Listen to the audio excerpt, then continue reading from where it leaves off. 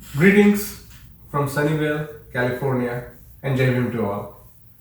We are here right now at a place where we see world's technological capital is taking place. New inventions as well as the new technologies are serving to the human interest, as well as it occupies majority of world's current problems as well as tries to find solutions to it. We are in Sunnyvale and Cupertino. Today we are going to interview a personality who has influenced a sort of Indian political as well as social scene in the past 2.5 decades. This intellectual has brought to us many dimensions that were never considered, hitherto never valued, and less were considered subhuman in its valuation.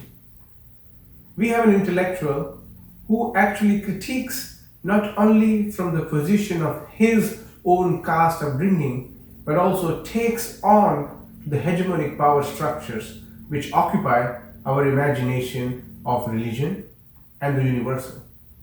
He is an author of the bestseller which has gone into several reprints and several editions, Why I Am Not a Hindu.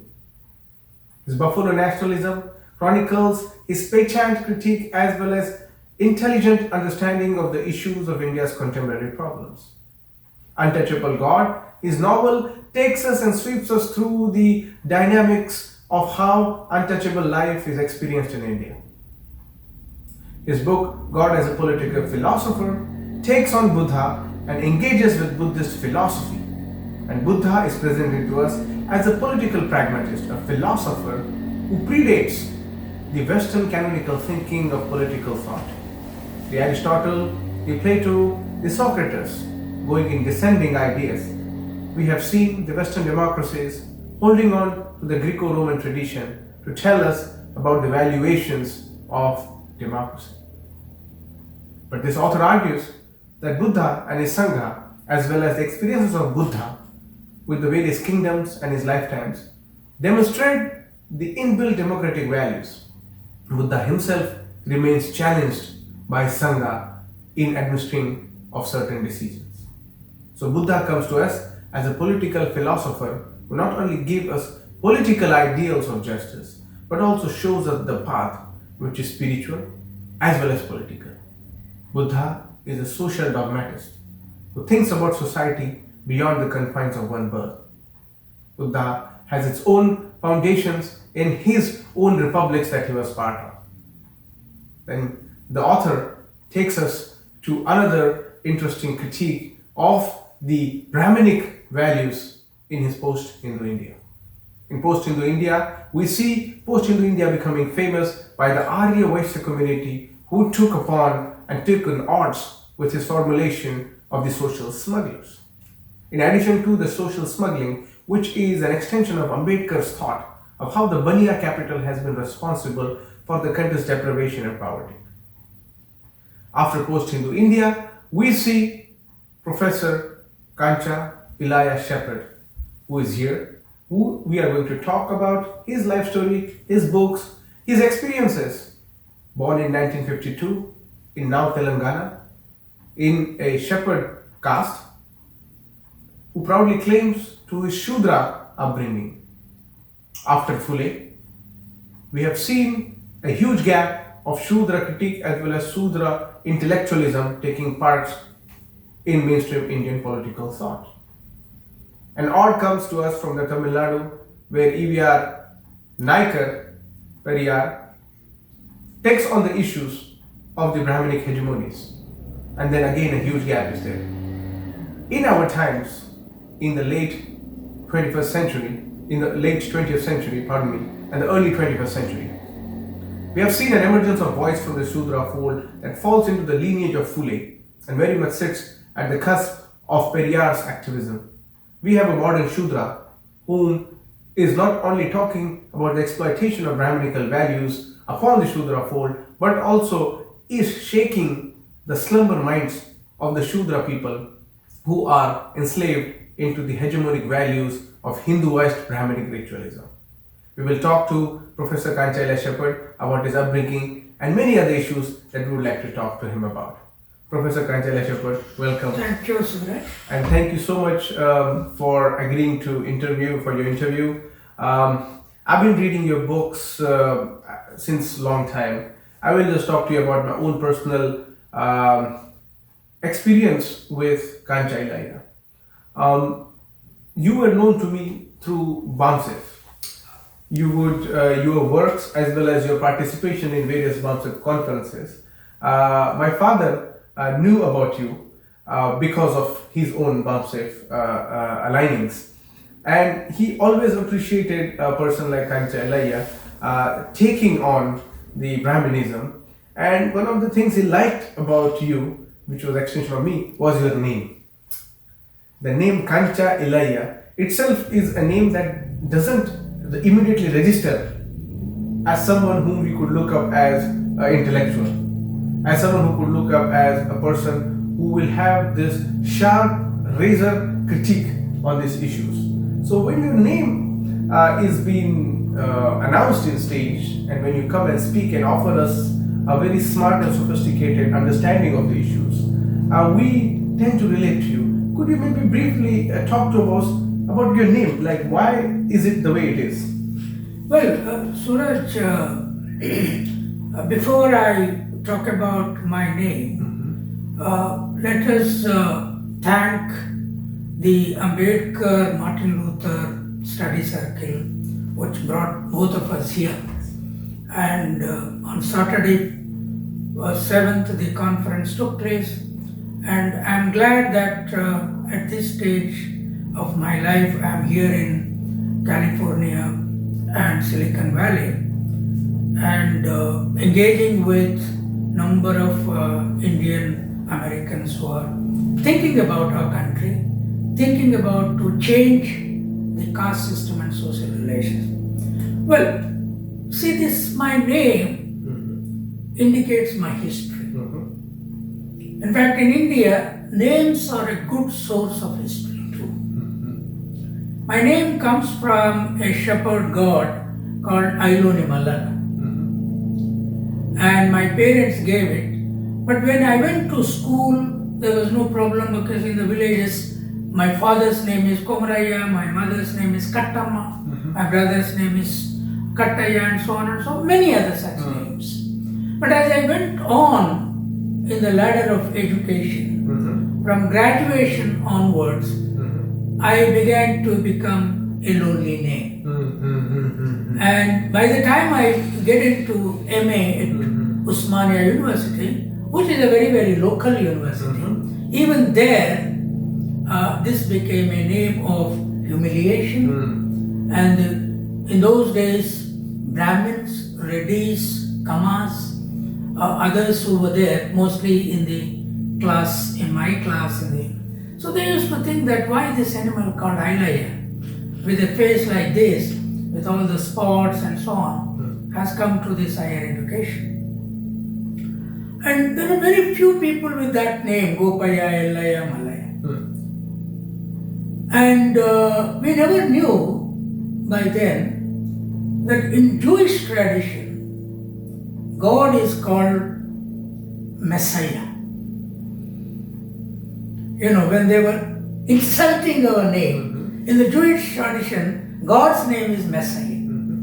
So what happened, my friends were trying to change the name, go to secretariat, go to judicial places and get into Gazette. I had two choices, either to change my name or I would think of committing suicide as well. So one day I was reading Karl Marx, I was looking for Karl Marx books. By then I became a Marxist, voracious reader of Marxism. So suddenly in the library, Usmania library, I found from distance an author's book called Isaiah Berlin. Well, from distance I read as if it is Isaiah Berlin. Oh my God, so my name is there on a big book, and then I looked at it.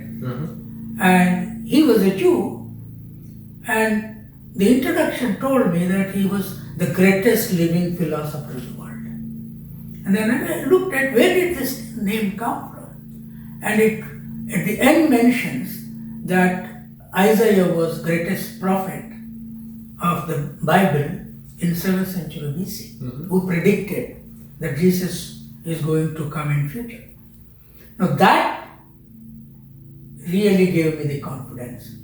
There is no Brahmin Sharma or Shastri, Chatterjee, Banerjee, Mukherjee or Dwivedi, Chaturvedi who were as great living philosophers like Isaiah Berlin. So I started living with pride, and my color, my face, everything began to shape up in my mind in a different way. So self-respect.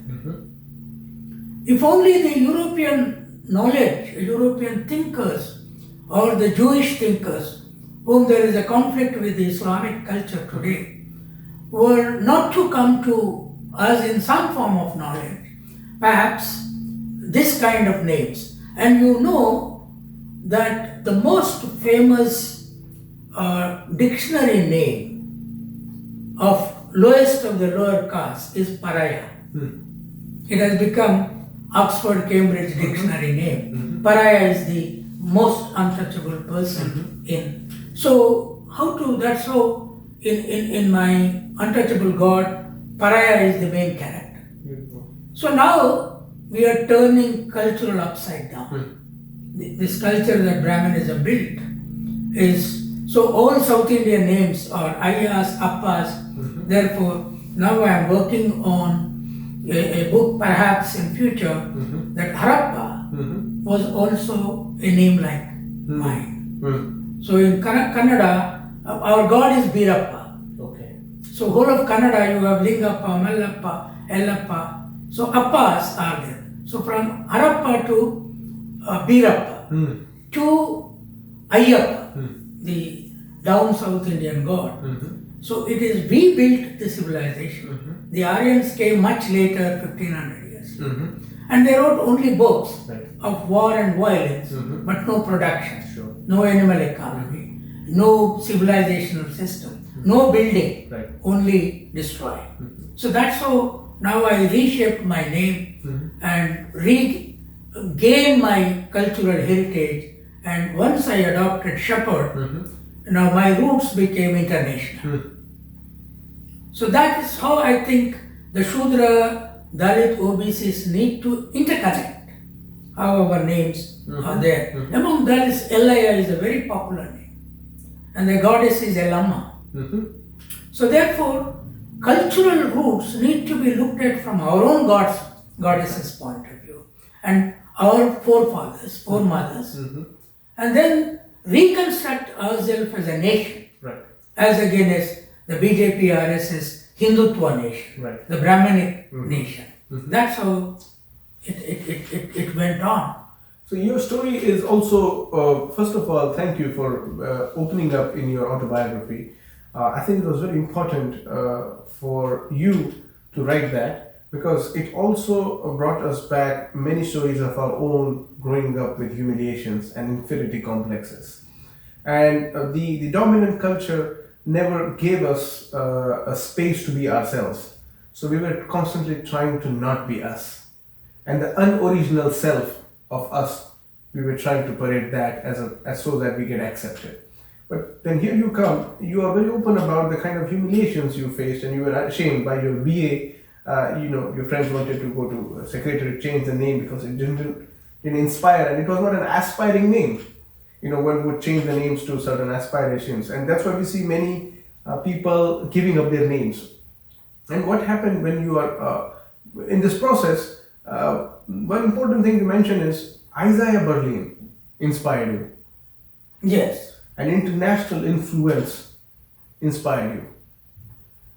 If I have to talk about myself, when I was in Africa, that's when I realized the importance of my beauty.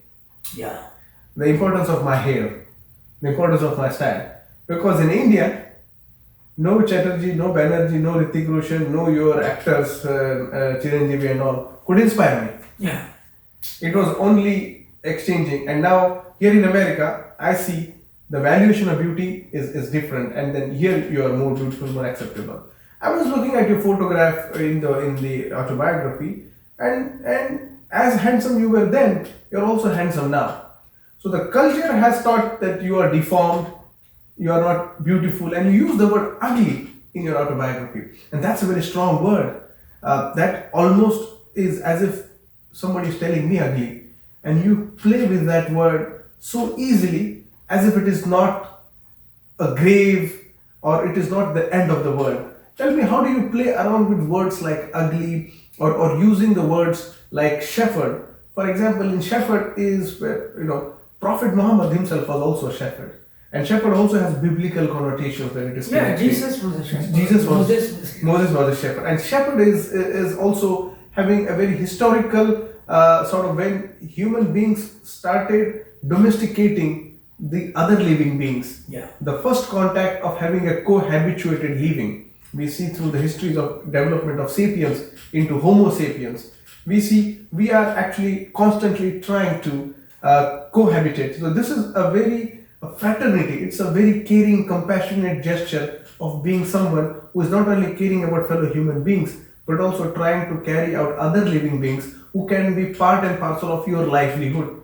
And shepherd is something that connotes that. So tell me, how do you work around various new terminologies that you bring in the book, and how can you do it? Are you not afraid of this whole narrative? Suraj, today, apart from influences like Isaiah Berlin, Marx, John Locke, Rousseau, and so on, in my later life, 80s onwards, mid 80s onwards, Ambedkar came into my life.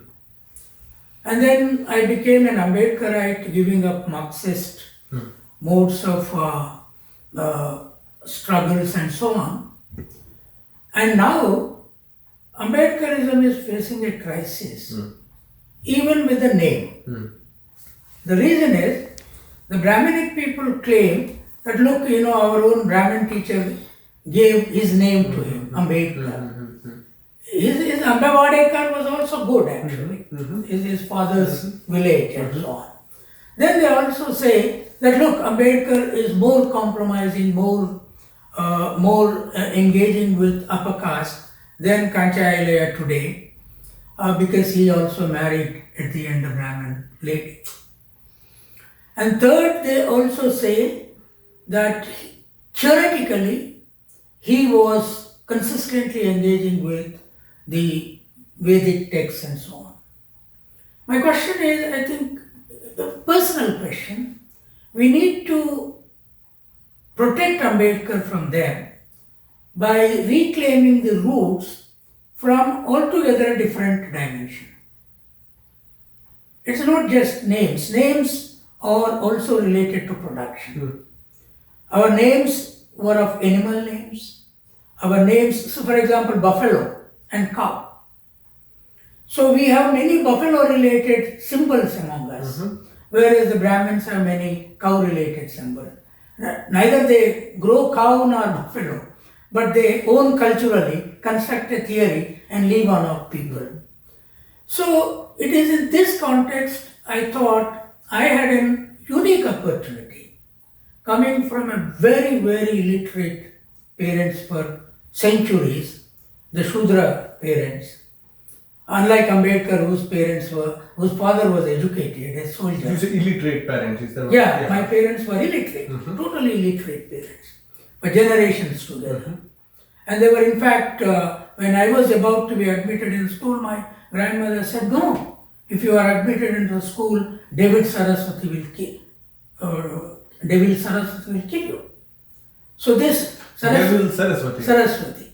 So this goddess of Saraswati, then the teacher asked him, how can you describe Saraswati as devil? Then my grandmother said, look, Saraswati gives education to Brahmin Banyas, and if Shudra children go to school, they will kill them. So I had to overcome the burden of getting free from Saraswati image as devil catching me when I went to school. So there is a chapter in my book, therefore, getting free from Saraswati. And that's why I think once I got free from Saraswati, I got very good English and Telugu. Otherwise, it would not. So now, the question is why I chose an end name in English as Jabbar. It's now becoming a controversy. Ambedkar adopted his teacher's name. Okay, it is from North Indian point of view very popular now. But how does it reflect all our names or professions? How do we go out of our caste? The only way I thought all the Dalit, OBCs, Shudras, even tribals must have their end name with a profession that their parents, grandparents. See, how do you respect your ancestors? In my view, it is not just on the death day of ancestors you go and offer something, but reclaim the dignity of labor and their profession into the modernity.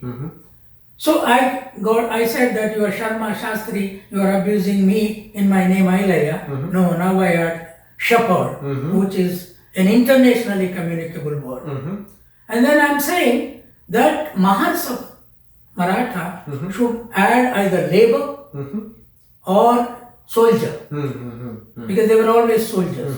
In my post-Hindu India, you see productive soldiers. They were. So then weavers. And I was telling a friend of mine, who lives in US, his wife is a weaver background person. He has one son. He is a shepherd. So your son should have weaver name at the end. So let us have end names in English, communicate to the world that what is our productive occupation and what do the Brahmins do with this, Banyas do with this. So it is a revolutionary idea of tillers, potters, fishers, come into the play of national discourse and then reclaim our ancestral greatness. And after all, we built Indian earliest civilization in Harappa times. The city was built having built several villages. The earliest brick was made by us. Earliest woodcraft was made by our ancestors, what I call Indo-Africans who settled in that way. So the question today before Ambedkarites, the Dalit, Bahujan, Shudra intellectuals is how you really create a new terminology, new epistemology of discourse, as against them, both in name, in practice. When I said spiritual democracy and spiritual fascism in the religious domain, characterized religions, there was a flutter. When I said Buddhism is spiritual democracy, Christianity is spiritual democracy, Islam has a strong spiritual democratic base, but now hangs between spiritual authoritarianism and spiritual democracy. Hinduism is spiritual fascism. By its text cannot change, its idol worshipping forms won't change, and its priesthood character won't change because even the Shudras cannot become priests. So therefore there is a new way of building theory, completely cutting off from the Western methodologies, discovering our own methodologies from the field. After all, our people were great discoverers. So even in intellectual realm, we can discover methodology. That's how I think I begin to work, and then I continue to work. I mean, see, one of the things, out of your response, the first immediate critique will come out is you're trying to be Orientalist, which is to, anglicize the existence of something we are native, and why should we adopt a language of a colonial, but also why should we adopt a language that is not necessarily related to us? I mean, calling weaver or fisherman sounds very appealing. But then there might be an accusation or a question raised against you that who are we trying to convince, or who are we trying to pit against? Yeah, see, there's a very strong Hippocratic dimension in this. English is 250 years old language. Sanskrit is about 2,500 years or so, right? Now, what is Indian about Sanskrit? What is not Indian about English? Right? It was brought by the Aryans coming from Iran, and this language is brought. But the advantage of using English today, even in the spiritual domain, there is a view that God wants all world speak one language. Okay. And that day, the one corner person in northern hemisphere to southern hemisphere, they can understand each other. Mm-hmm. If we write one book, science, social science or whatever, the world can read. That's right. And now that English language put that on the map. Earlier, all other languages were nation-centered or regional-centered or community-centered, tribal languages. So, once English came to us, who learnt it first? It is not the Shudras, Dalits, OBCs. It is the Brahmins. Right.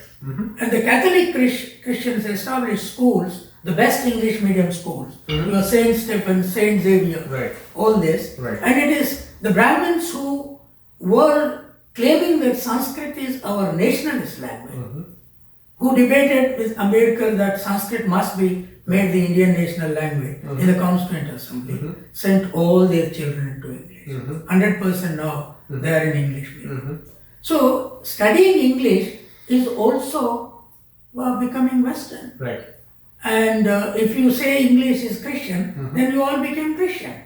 Now why we not? Now that's where the government schools were put in regional languages. It's a conspiracy.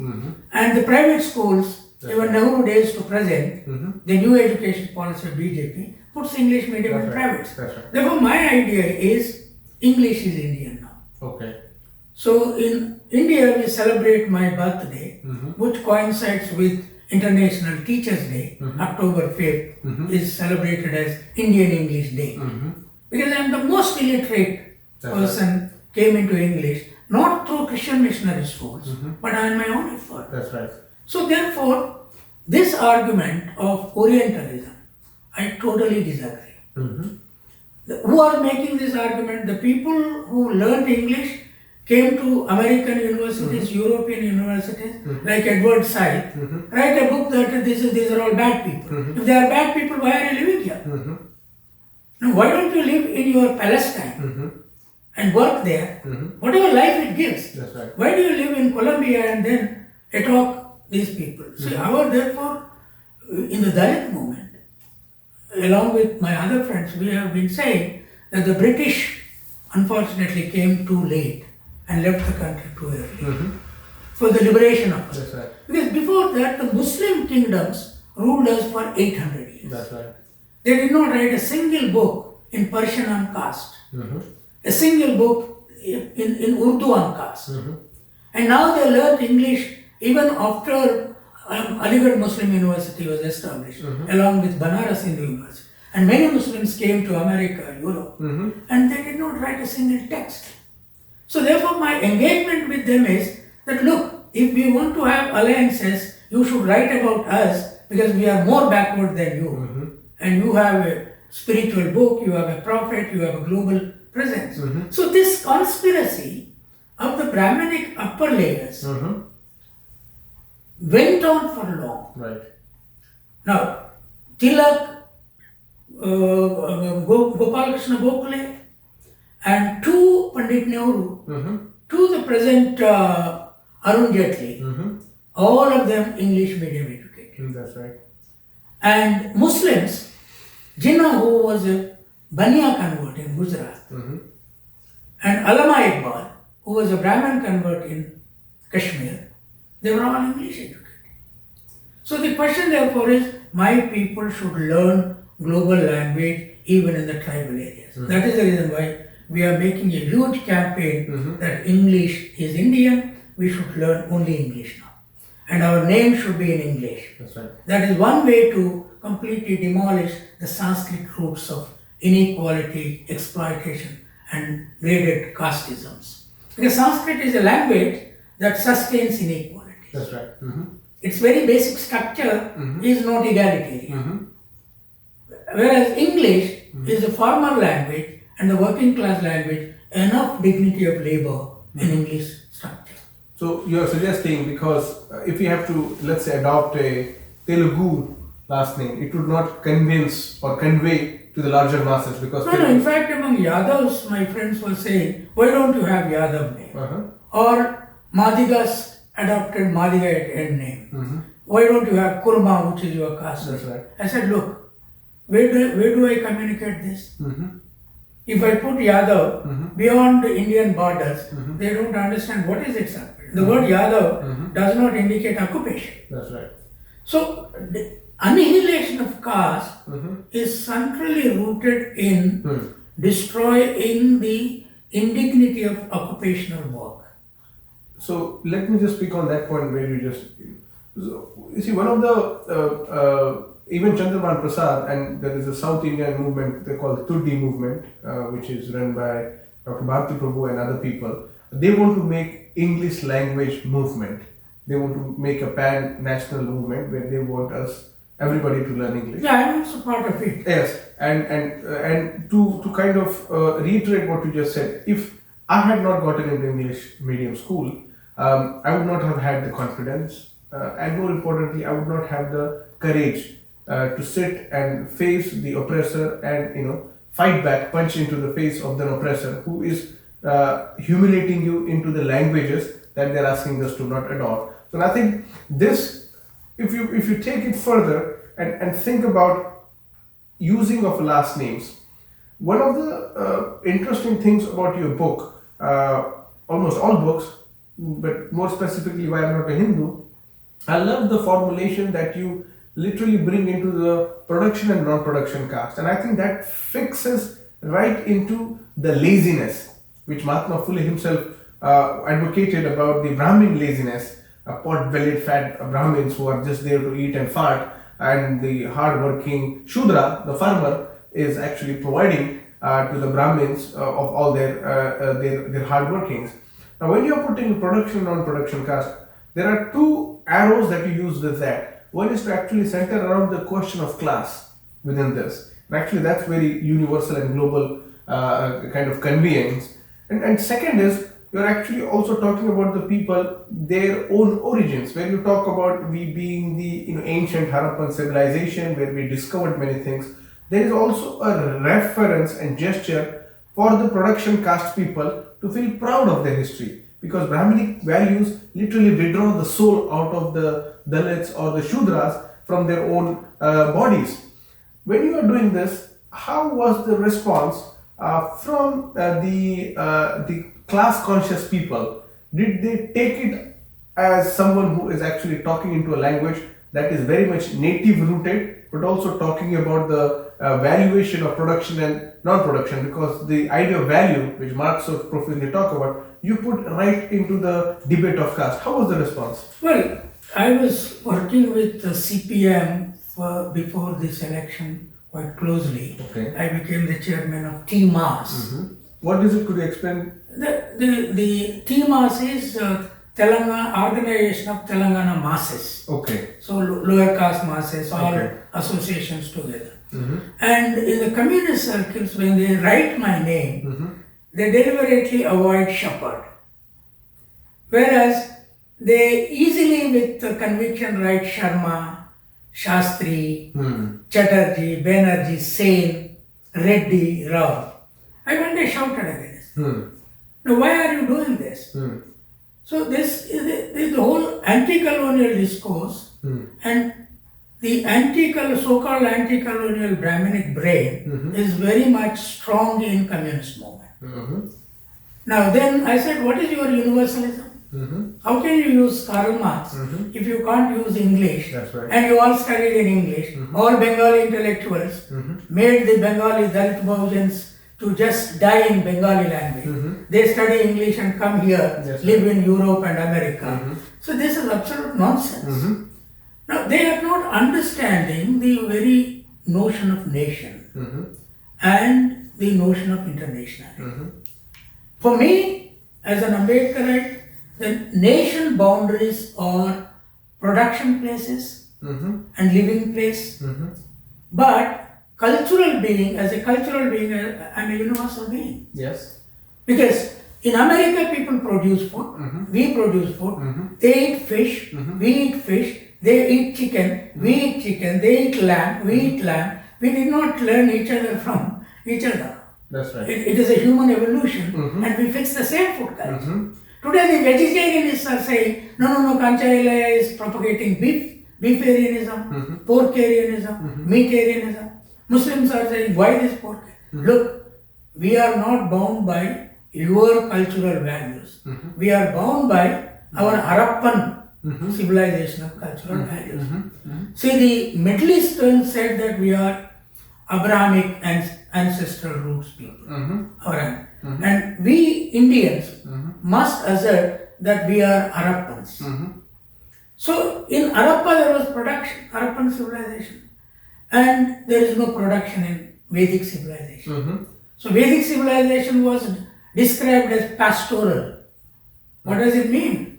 That agriculture has been destroyed and food economy has been destroyed, urban areas were destroyed, villages were destroyed, the whole society was brought back to the primitive forest-based cattle rearing farms. The sannyasi was sitting under the tree, either eating fruit or eating meat from the cattle economy. The Shudras were made slaves.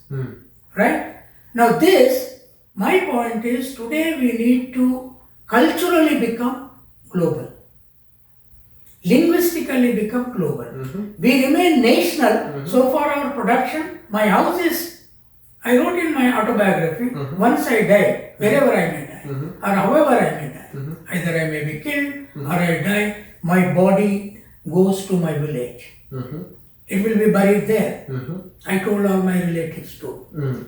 Therefore, the question is, the leftist understanding of nationalism is as bad as the rightist understanding of nationalism. So, as Ambedkarites, as Puleites, we have two legs in two forms. One is in the village, in our towns, and in a production. The Brahmin Baniya does not, they do not produce, but they consume our production. They accumulate our wealth.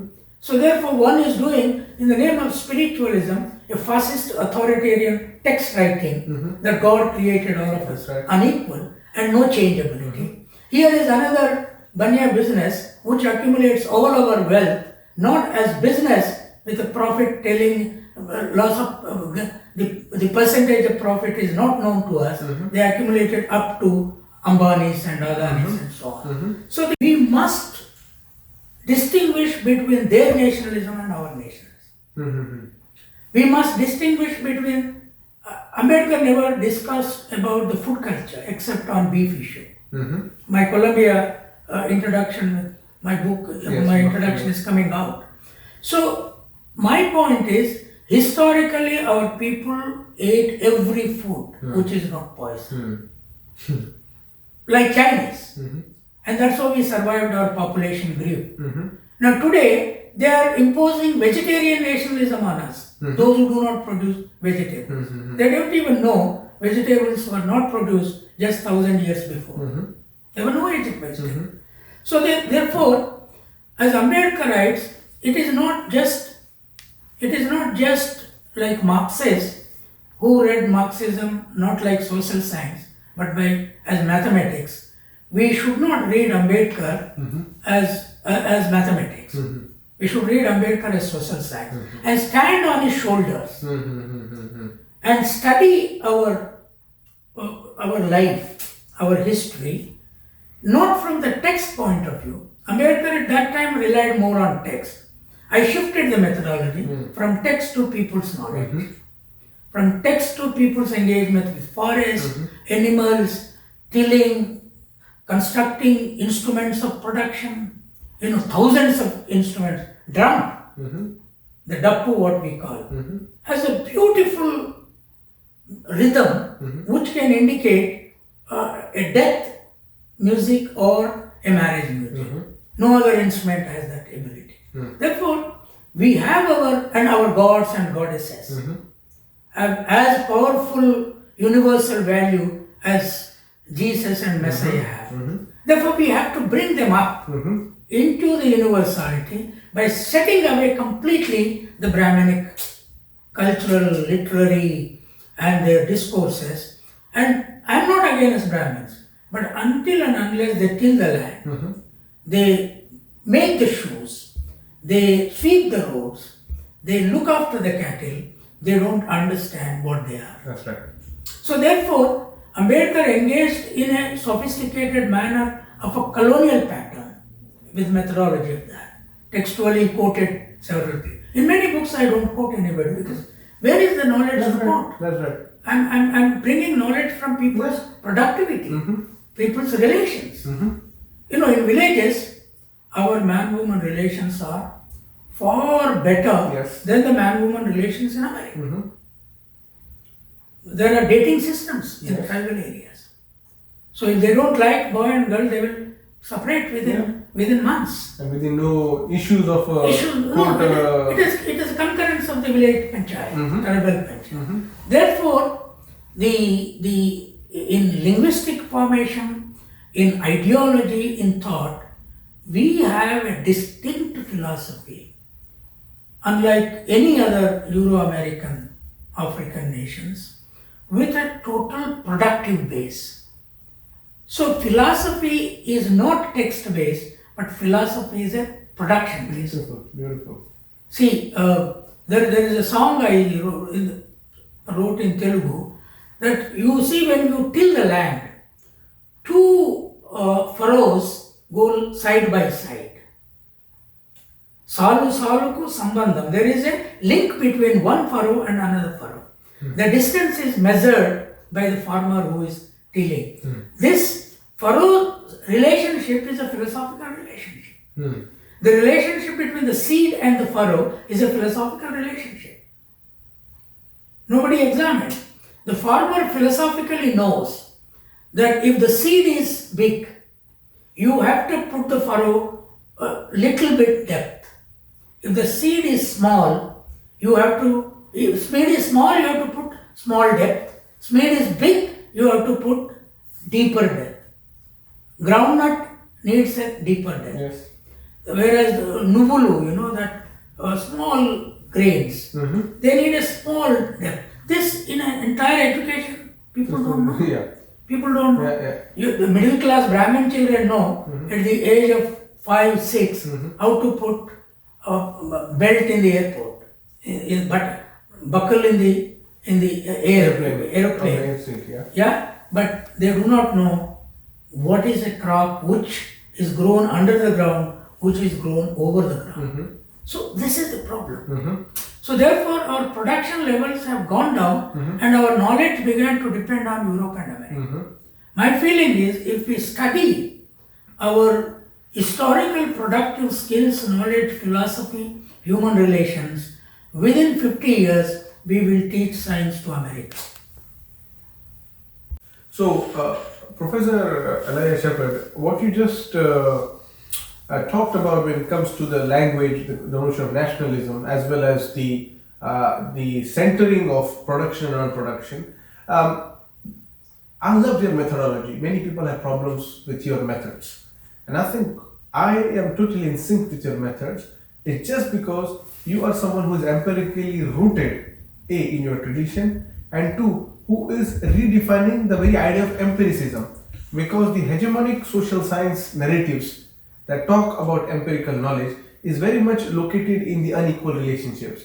But what about a person who him or herself is coming from a community, and your philosophical engagements with this production castes, what you call, is actually not only an opening call for many production caste scholars to emerge.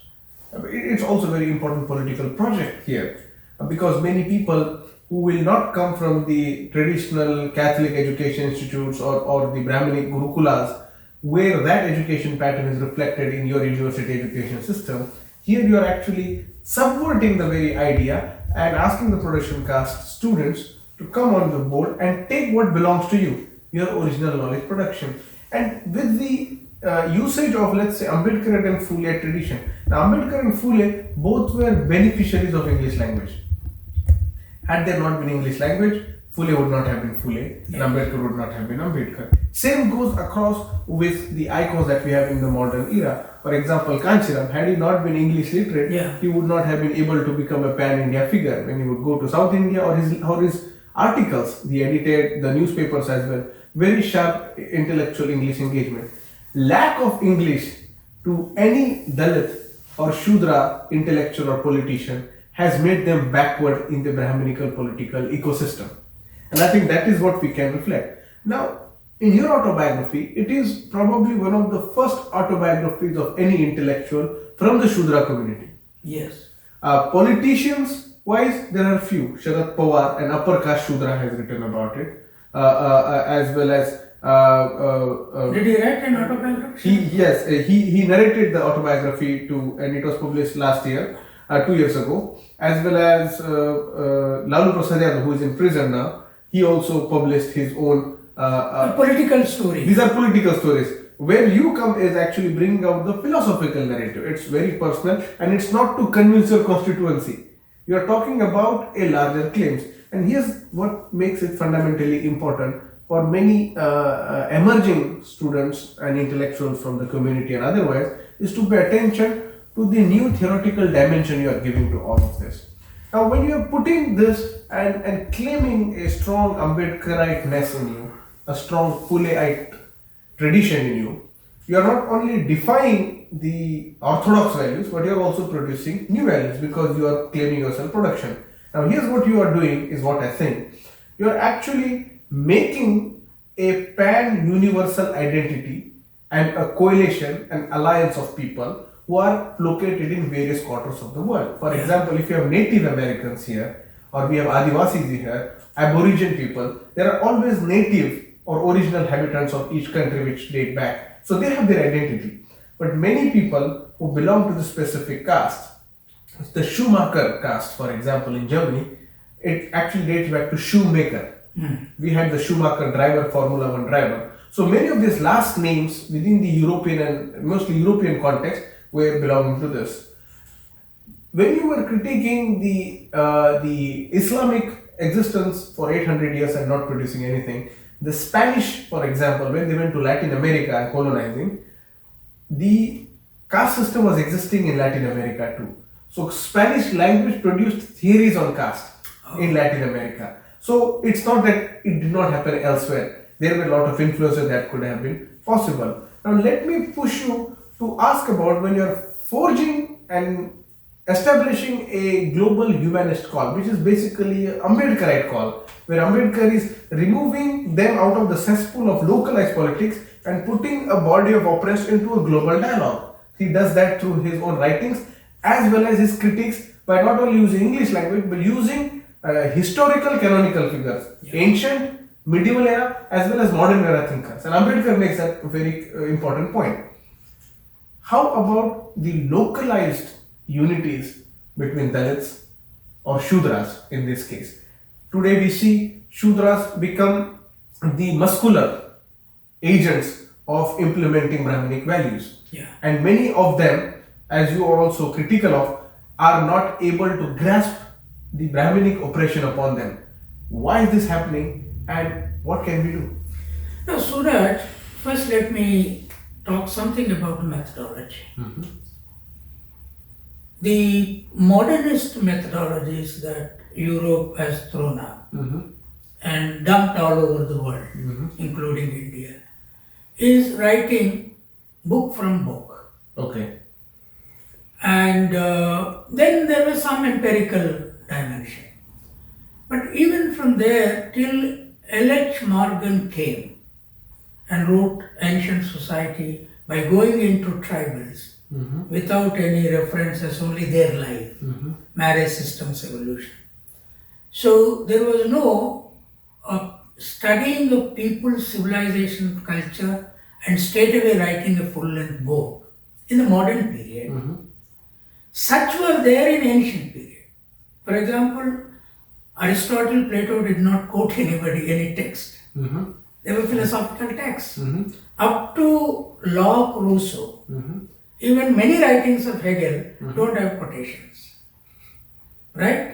I mean, he draws from some of the, let's say, for example, his writing or references. I mean, there is some, but ancient. Most, if you see his philosophy of history book, he studied the societies from books differently. But his own European knowledge. Philosophy as a discipline also don't rely much on citations and references. And all. That's why he So my question is, earlier these people were using Vedic, Ramayana, Mahabharata as source of rewriting. All nationalist period that, except Ambedkar. You to go Gandhi, Sarvepalli Radhakrishnan, everybody, writing book from other mythological books. Or on the general social science, writing book from, taking quotations from European writing. Marxists also did the same thing. My simple question is, India is a country as of now which has abundant knowledge of philosophy, production, relations, untextualized. Untextualized. Right? Unwritten. So for a young generation who came from the illiterate families and became social scientists, literary figures, can go back to the roots, write them as the material of research. Now, PhD does not need only references. A PhD can be a full-length text of people's life. Yes. So, I have chosen that. Very good. When I wrote Why I Am Not a Hindu without a single quote, when the subaltern studies people asked me an essay for their 9th volume, I sent the essay from my Why I Am Not a Hindu text. They were in a very big dilemma how to publish this because 2/3 of their text is references, only 1/3 is the body, all their books. So finally they decided, but we asked him, but that is the essay which has really opened up many minds. So the question is, methodology we have to turn upside down based on our historical existence. We were not literary people, so we don't have text, family histories are not there. Autobiographies, no Shudra wrote an autobiography with dignity of profession. Only political history. Sardar Patel did not write. Gandhi wrote autobiography, Nehru wrote, Sardar Patel did not. Even Pule did not write autobiography. Later on, Keir wrote, we don't know what Keir wrote. So the problem I am solving in one after the other text as much as possible in one generation. Now the question is, how about the scholarly youth that are coming? How do we go about it? My advice to them is, okay, you may need to write to get a degree within their discipline. But once you come out of that, go to original. India is a full nation with knowledge among the people, in the soils, in the seeds, without textualize, getting to text. Then social relations. For example, I said in Why I Am Not a Hindu, there is Dalit Bahujan patriarchy, democratic patriarchy, there is Brahminic, undemocratic patriarchy, fascist patriarchy. I mean, you see, widowhood, child marriage, and burning of the wife in Sati came from the Brahmin families, remained in the Brahmin families. In my family, there were remarriages. Yes. In many Dalit Bahujan families, divorce and remarriage is common. And that's where Periyar says marriage should take place with a postcard, and divorce should also take place with a postcard to our friends. That we are married now, living together. Now we are not living together, inform them. That's all. That's right, yeah. So it is a Shudra network. Now the question is, among the Dalit scholars, there is a view that the Shudras, OBCs, are our main oppressors. And the atrocity cases are not on Brahmin Banyas except in offices where there's such atrocity. But mostly rural atrocity cases are on Shudra, OBCs. My appeal to both the sections is the Dalit scholars take for the Indian American life here. There are a number of Dalit scholars writing from here. You are writing, you have written that fine book, Caste Matters, Sujata Gidla wrote, Yashika Dutt wrote, a number of them are writing articles, critiques, right? That boy, that teacher Chennaya, whether we agree with him or not, writing Yes. something. He also wrote a book, Dalits in Making Modern India. He talked about the Telugu Dalit region. Yeah, it could be his PhD thesis Yes. or whatever. So, but did you find any Shudra OBC writer, whether in India, in central universities, or in Indian American society here? They have come to make money, as they have been feudal lords there, and became landlords at the most established political parties, but they have not produced philosophers. When a whole community of 56% does not produce a philosophy and depends on the philosophy of Brahmanism, here is a Dalit school which is producing philosophy, luckily because the Dalit school produced an accidental Ambedkar and connected them to Buddhism. You have a school of writers to critique us. I am an only Shudra OBC guy trying to mediate. And that side they say that for a long time they were saying he is a Dalit. Actually the media tried to put me as consistently Dalit to see that I am cut from Shudras. How do you respond? Because many Dalit intellectuals have a critique against you that you have utilized Dalit spaces and have not given the space, opened the space for other Dalits. What would you like to respond to that? See, see my book titles. Yeah. Is there a single book on Dalit? Is there a single book on pure Ambedkar? See, I am fighting the larger system of Hinduism after Ambedkar. Ambedkar wrote, who were the Shudras? Ambedkar wrote Revolution, Counter-Revolution. Ambedkar wrote a thesis against Hinduism as an ideology, traditions of Hinduism. But did you see any present Dalit scholars writing in general against Hinduism? They are writing either on Dalit or on Ambedkar. See, if you narrow down yourself to that, then your anti-caste struggle does not relate and the atrocities unfortunately will increase because the Shudras are the muzzle power for That's right. Hindutva force. So how do we then create this? My question is, now I have taken up a project to write extensively on Shudras. Okay. And then tell them that you educate your children in English medium, not to become doctor or engineer or some civil servant, but produce philosophers. Okay. I'm asking my friends, I asked my friend Lenin also here, make your son a thinker.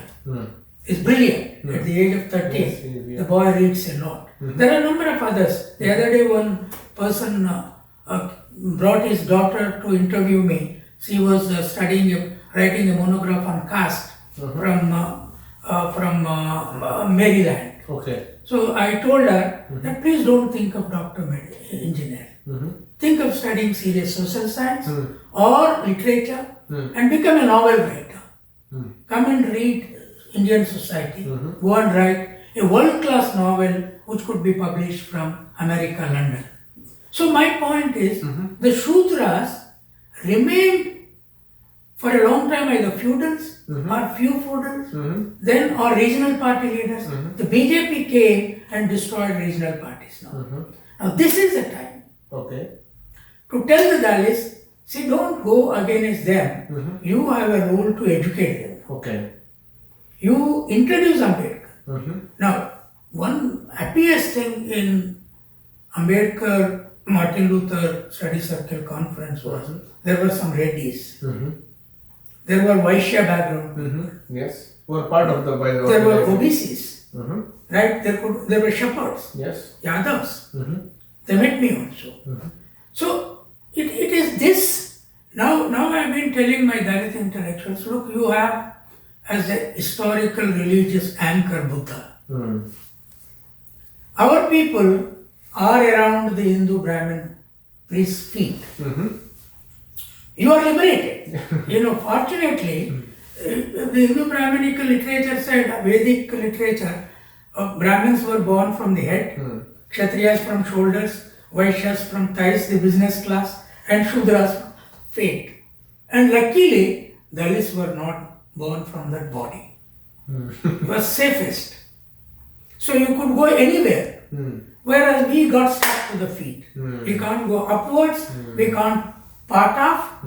So got stuck. Where Mulayam, Lalu, what do? They dip in Ganga. So all these leaders. So Venkaya Naidu, Venkaya Naidu talks about Hinduism, attacks every Muslim, this and that. You or your caste people cannot become priests in Hindu temple. If you can't become Hindu temple, how many times you go to Tirupati, you will not gain heaven after your death. Because the Brahmin sits at the gate, stops you that you are a Shudra. Beautiful. So, but they don't know this.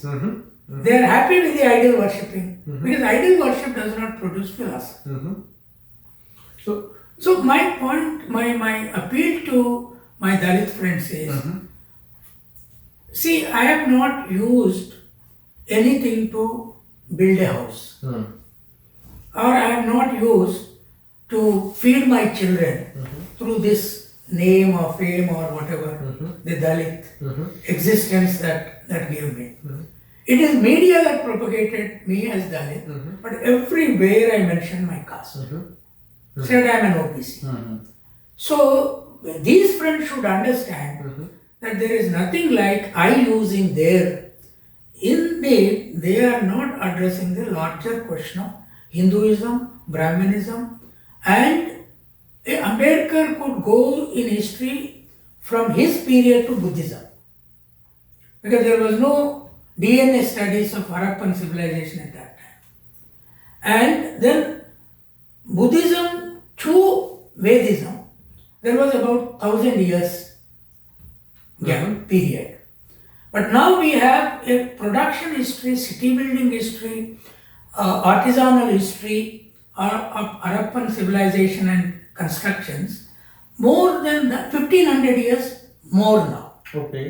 So we Shudras, who did that Shudras? At that time there was no untouchable. That's right.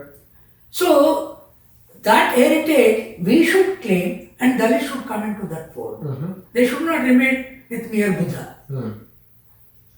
If you remain at Buddha, Hinduism absorbs Buddhism also. And they put them in the vegetarianism.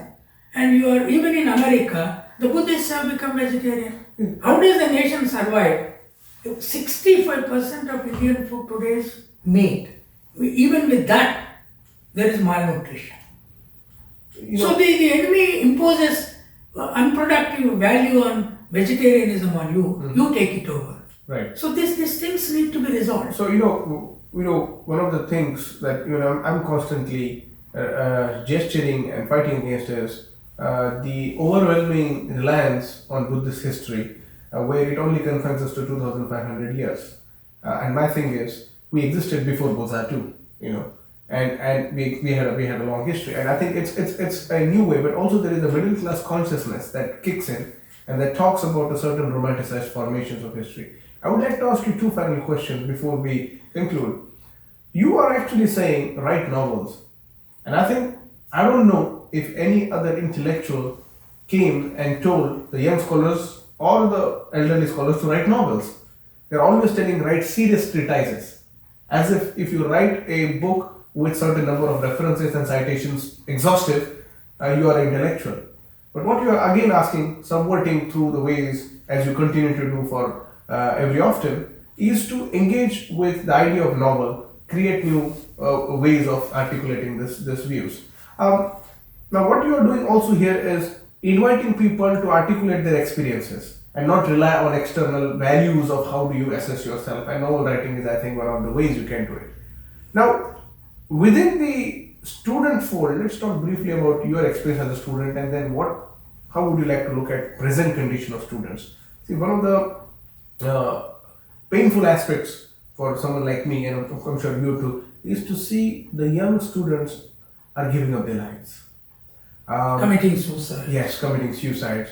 And it's not only the issue of mental health, it is as well, but also it is about the lack of infrastructure that would provide them that space. There are various reasons to that. And especially when a Dalit child, for example, goes to girl and boy, whoever, they're exposed to a certain democratic values that university space offers. I mean, if I'm going to a central university or university in my state, I'm meeting a person from different district. So it's a lot of cultural osmosis that's taking place.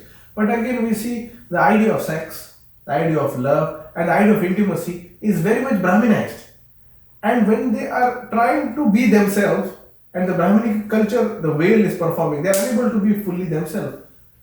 I think we need to have a form of sexual revolution into the minds of people. And sexual revolution is an anti-caste project. Because this, as I always say, they are not afraid of my color, they are afraid of my blood. Because if my blood mixes with them, it's going to be a big kind of change. How would you communicate to the youngsters to be sexually liberated, to be free, and to exercise their own orgasmic pleasures in the way they can have total control about? In my autobiography, there is a chapter called My Understanding of Two Lusts. Yes. Choosing between two lusts. Okay.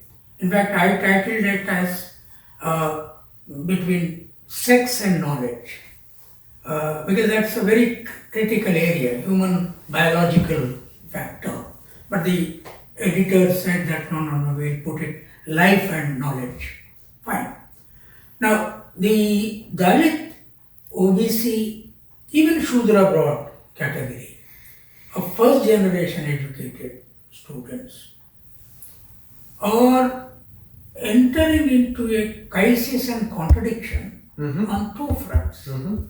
Particularly when they go to central universities, regional universities in south, even in north, they have occupied many places, they don't care.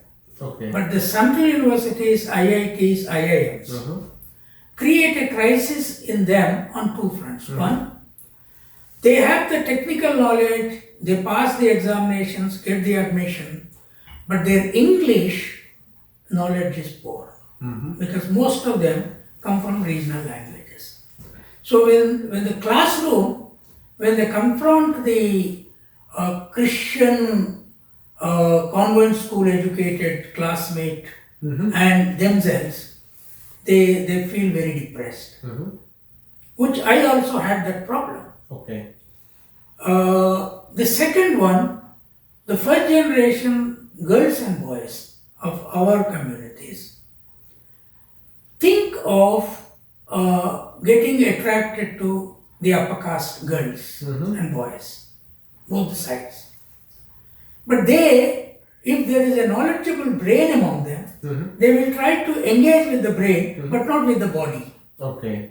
Now that happened to me. Okay. The number of people used my brain, but no girl said that I want to marry you, right? Maybe because of my physical appearance, but there could be a very handsome Dalit boy. And for example, of your age and your looks, even a white girl may be willing to, because they love blacks here. So my appeal to them is, see, sacrifice to liberate our people is an historical task. Sacrifice is on two fronts. One is controlling your sexual desires. That is a very personal, serious issue. Second one, living a life of non-private property and making of huge wealth. Survivable. But depending on heavy dose of knowledge that you work around and construct an alternative to existing Brahmanism that built its own system for several thousand years. It's a big challenge. Now Ambedkar did it his own way. All cannot be Ambedkar. Prophet Muhammad did in his own way by marrying 11 women. Jesus did in his own way not marrying at all. Right? He went in onto the cross without any fear or favor because there was no wife and child behind. So he said the whole world is my children. So my feeling is sexual desire, overcoming that desire is not like not having food for life, or not having water to survive, not having air to breathe. It is an overcomable problem. You can live without sexual engagement as well. Body knows how to express itself. There is a personal mechanism to body itself, right?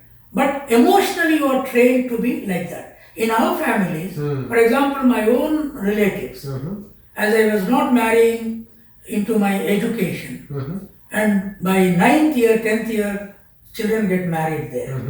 So I was seen as a rebel against my parenthood. Right. My mother died when I was 15. They said, by not marrying, you have denied your mother heaven. Right? Even my brother. The extreme excessive emotionalism to the reproductive. Emotionalism. Yeah. So, touching the priest's feet was an emotional issue. I rejected. I will not touch. He said, your mother will not go to heaven. I said, she is already in heaven. I am seeing it. How do you know? You are blind. I am talking to her. You don't know my mother's life. She used to smoke chutta and drink toddy. Do you know that taste? I know that taste. So the whole village revolted against me. How can you not touch the feet of it? Then how do you not marry? The question they asked me was, do you have it or not? Are you a potent person or not? My relatives asked. I said, I am not potent. Please leave me. Because I know what this has to do, not my physical thing. So therefore, I did not produce children of my own. But when people ask me when I go back to village, how many children you have? I said 9 so far. What are 9? This operation. Yes, why I am not a Hindu, post-Hindu, Buffalo nationalism, God as political, all are my children. And my children will live longer. Beautiful. So this Dalit, OBC, first generation, focus on knowledge, and all cannot do that. But the exceptional brains should not die of sexual relationships or fear of English. One can be overcome, another can be learned. So in IITs, IIMs, okay, if you fail in an examination, I was a third class BA, right? And I would have failed if I write IAS. I would not have got perhaps. So, but somewhere else I started growing. I have a channel to, my mind knows where to go. So therefore, choose a path and go achieving for liberation of your people who are oppressed for 3,000 years. You must connect to people. What are you studying for? Yes. To get a job, to build a house, to do this and that, then have children, buy a car and make them sit there, then you will sometimes get into accident. So they should not. Therefore, I said in my recent speech in Hyderabad University, my appeal to you is, this stage, I think intercaste marriages are very difficult. Many IAS officers were married to Brahmin girls, Dalits, and they serve mother-in-law and father-in-law, not mother and father. Brother-in-law and sister-in-law, not brother and sister. Now this, for some time, till caste is equalized, through your dignity of labor and production, and your food culture. And many Dalits became vegetarian by marrying a Brahmin. No, you gave your food history. So therefore, for some time, don't think of this. Those who have specific brains. And okay, those who are not doing serious things, let them. They will face and they will die or survive, we don't know. That is one of the experiments. But some of my communist friends were propagating intercaste marriage as the solution for caste problem, as decasteization. Ambedkar also talked. I said, that is a secondary solution. The primary solution is in the production, in the dignity of labor. See, if a Brahmin respects shoemaking and becomes a shoemaker, caste will dilute. And if a Brahmin becomes a fishing or carpenting or making pot or barbering, then so that's what Europe is. with all end names. You have fuller, you have shoemaker, you have potter, Yes. and very dignified barber. In Britain, barber is always head of the British Medical Association, Okay. even now. But what is the barber fate now? Yes. So therefore, you have to tackle caste there. Teach children total dignity of labor. Beautiful. And don't avoid spiritualism. Ambedkar did not avoid. The leftist jargon does not work in the villages among masses. Invoke God for equality. Okay. And go up for a prayer. God, you created all of us equal. God, you created men and women equal. God, you created no caste among us. God, you created no untouchability among us. We Indians are equal. You let our children pray. A Brahmin child, a Dalit child, an OBC child, a Sudra child. Then they will realize that God's potential is to keep us equal. And let them do the job. So there is a, so just to take on that little slightly further and just receive your response to that, which is here's again a provocative thinking, right? And many times I want to talk, one, about your personal story, and two, about your books. So your books are witty. When I read them, when I read Why I'm Not a Hindu, I laughed. And throughout the text, I was laughing. And I enjoyed it. And because you make hard-hitting critique enjoyable, you make it for someone like us to enjoy the process of thinking.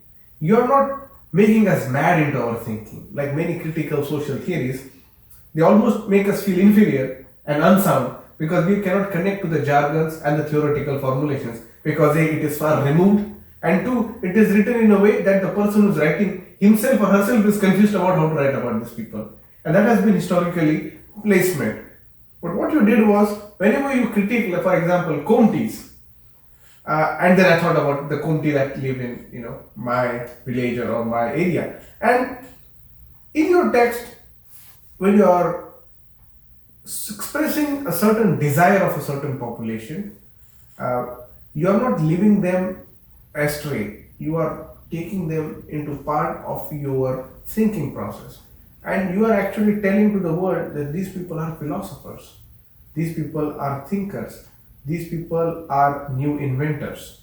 And with taking that macro observation, which is very ethnography or what we call in participant observation, where you dig out the experience of fishermen or for example the shepherds, how they calculate the weather or how do they work with the time of the day. And that part was hardly any concern for people, except if it's a discipline of science, which is doing an experiment with animals or weather or testing a tectonic plates or nature. You bring that into social sciences to make a larger critique, a larger argument that this has always been the case, that we have always looked through the world, through the experiences of each other's. It's not through the top bottom, it's not the God only who's telling you how the world is. And through this, what you again do is give us a subaltern perspective, a bottom-up perspective. And I think this is where you empower many of us. You empower many thinking capacities and you open many faculties of life. Now when you are doing this, when your literature is being engaging not only on the level of surface, but it is upholding that the goddess, the Maniammai for example, or the grandmother for example, these are the prominent theoreticians of your community. Yeah. We have discarded them or we have just kept them into our acknowledgement section or we have just garlanded their photographs. When you are doing this, you invented a term called Dalit Bahujan. That's been a moment of criticism against you, that why did you do that? Could you maybe briefly respond to that? Well, one is, first let me say something about the style. If only I were not to write in English, and if I were not to Dalitize English, not even Indianize, I would not have written in such a flow and such a style. Because clarity and the strength of language to communicate that clarity are very important. So in all Dalit Bahujan lives, you see a lot of proverbs, highly philosophical. sexual relations, Yeah. man-woman God relationships, and food cultural proverbs. Many are there. When you capture them, but if you write in Marathi or Telugu, you can't communicate in the same form because English has the richness of vocabulary. Okay. English has about 60,000 vocabulary or so as of now. Any of our regional languages do not cross 15,000, 20,000 maximum. Okay. So therefore, you know, but it needs some hard work, no doubt. Secondly, this whole concept of knowledge communication should be done through jargonization or heavy loading of Yeah. is not useful for our transformation. Yes. Yes. Because our text, Why I Am Not a Hindu is read in Oxford, Cambridge, in Harvard, Still, yes. and JNU, IITs, and also read in all villages. Right? Ordinary That's right. 10th class kids do read it. So, this is because of the fact that India needs to be Dalitized and India not only Indianized. And English needs to be done that. And our people should become more and more English educated. The second one is, how do we bring in deeper philosophical attentions, issues of people into science-related people into social science and literary texts. And why did I recommend literature much? See, I have an experience, I'll tell you. In 2007, we went to Los Angeles. 2007. Yeah, myself and a friend of mine, and we requested the Hollywood directors, producers, actors. You met Forrest Whitaker. Whitaker, and we had half a day workshop with them, explained about caste untouchability. Requested them that you must make a film on caste and untouchability, which involves a life of about 900 million people. So you made films on smaller communities, great films. So they said, unless there is a good fiction, Right. we cannot do that. So I tried to write this novel, This Untouchable God, because for a political scientist, social scientist, writing a novel is a difficult thing. Yes. But We're not trained to. I made an attempt. So, but now our Indian Americans have put their children in world-class schools here. Ambedkar had the advantage of studying in Columbia and London School of Economics, and he wrote in the same academic European style of English and produced knowledge for our academic exercise. But broadly communicating to rural people, novel story form is very important. And they should change here, communicate about our problems to West, and globalize our issue. Right. So that is where we failed to succeeded. We succeeded to some extent in Durban, 2001 Yes. UNO conference, opened up the visas of it. But still we have not succeeded like the blacks. Because the black kind of writing has not come from our people. See, you have also adopted that style in Caste Matters. You told your personal story, your family. That's how the books takes into the book. Later on, you went into different theories of. Many people think that this is a cheap way of writing a text because they don't understand the larger reading value of a text and how it should be inverting the whole knowledge system. So today we need to experiment on all fronts. It's not just one front. And see, I see a very bright scholar in you with a lot of future. And Sujata has written that book, and many others are young people in regional languages. But you all must remember that we should produce texts which are more and more readable to our people in translation as well as in English. And the West, it is very important what West does to us, what UNO does to us, what American British parliaments do to us is also important for our transformation. So they must read. In novel form, they read a lot. You sit in any flight, lot of novels are there. So that's the reason why I've been appealing, and I hope a day comes with this kind of conferences here, meetings, and engagements with our Indian Americans. Let us all appeal to them that their children, see, they will be much better than you and me. Because we struggled a lot for a long time to come to at least the writing stage. Right. They have these schools, train them by the 8th standard itself. So let us hope that that happens. Just a final question before we bring it to closure. You talked about literature as a production. And production, you dated back to the pre-Vedic era where we kind of created civilizations and formed a new nucleus to the Harappa days. And then we are the inheritors of that great people, that great traditions, and we want to uphold that. Brahminic ritualism takes away our own ancestors from us and makes them asuras or make them inferior or summon demons and devils not fit to be worshipped.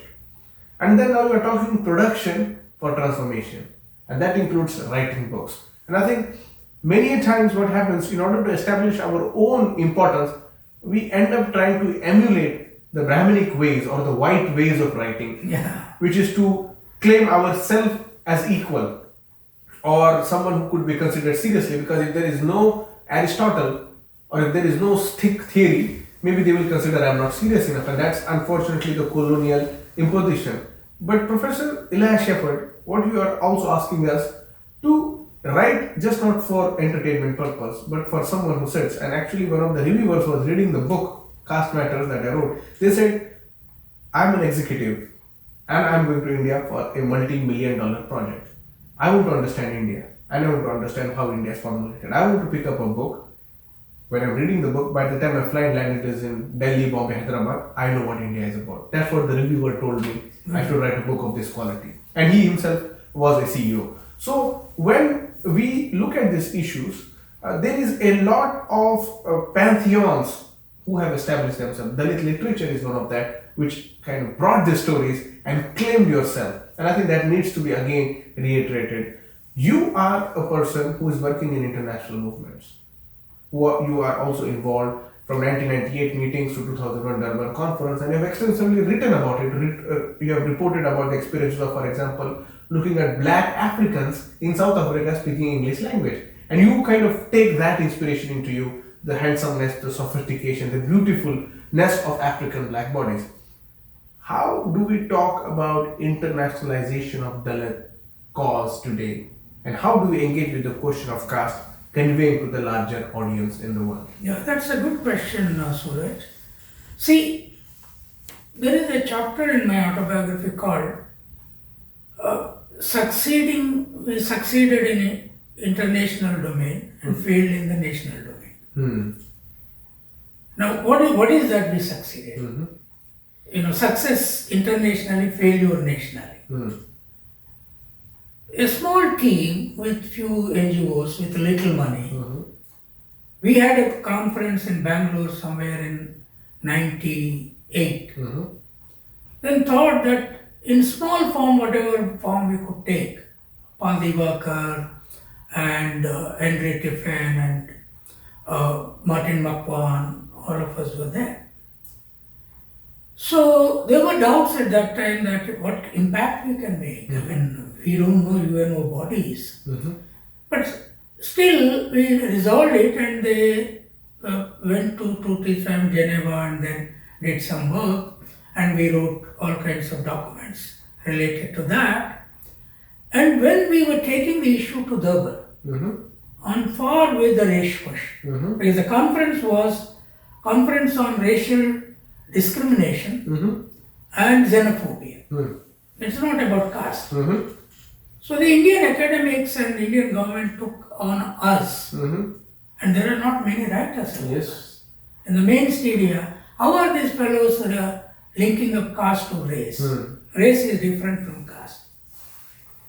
That was the time I seriously thought, you go and observe in villages, what is caste and what is race? Is buffalo, which produces 70% of Indian milk, is not treated as goddess of India, national animal, mother, but cow which produces just 15% as mother goddess. Why this happened? Because buffalo is black. So blackness was earlier color of the Shudras. As they were. So how did these Yadavs feature in this? Because Yadavs are too much into the project of the Brahminic ritualism. See, some Yadavs have Aryan heritage. Okay. Because there are mixes of bloods. And historically, Brahmanism has done a very clever thing. Krishna, who was a cattle rearer, who has grown up as a Yadav man, was projected into godhood along with others. But they kept him in the second place. Rama is the higher place. So the Yadavs think that Krishna is our man, is part of the Hindu gods. And finally they claimed Bhagavad Gita as their religious book, which was said to have been revealed by Krishna. So all that satisfied their this thing, but they never thought that spiritually we have no equality there. Right. At the Krishna temple we are not priests. We can't recite whatever slokas that Bhagavad Gita has in Sanskrit or whatever language in front of the God. See, that they lost out. So the question is, we need to re-examine our spiritual, social, political heritages, caste-wise and community-wise, and then find out ways and means to interconnect where there are no barriers. And that is possible when you see Dalits are untouchable in villages, even Shudras. My own family treats them as untouchable. But if you see their curries, their cooking foods, and my cooking food, they are same. The curry taste is the same. And if you see the way they tie the sari or the dhoti, my family is the same.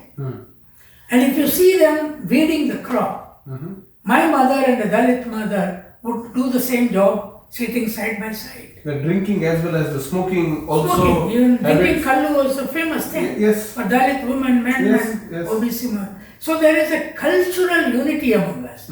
This is not there between Brahmins and Manias and us. And then see the gods and goddesses. Similar patterns between all this. So what we need to do is, see, I think to defeat Brahmanism international and tell the world that we have a different cultural value, we need to communicate to them through symbols. So that's where I wrote Buffalo Nationalism. And Westerners easily understand, say buffalo, which is present everywhere, is also equally a good animal like a cow. Absolutely. And why they don't respect. And then when we took the issue to UNO, we could not get the resolution because 8 nations did not sign. But lot of international communities by then read at least 2 books. We tried to propagate that. One is Annihilation of Caste and Why I'm Not Hindu. Some knowledge about it. Okay, there is this problem, this untouchability. And these are the forms of untouchability. Then a UN desk was created. And then universities began to discuss caste outside. So the word Dalit, if we could not have made untouchability as big, because if you talk about Mala, Madiga, Mahar, Matan, it's very difficult to come in. You have to construct an all India concept. Which is Dalit. For all untouchables, one. See, for them, all of them have Brahmin. You have Indian Brahmin, Kashmiri Brahmin, Boston Brahmin also. So that word is common. Banya is common. Kshatriya is. For us it is not common. All castes are divided into. So we have successfully made Dalit notion, its characteristics international. We succeeded. But the Shudra category is not known.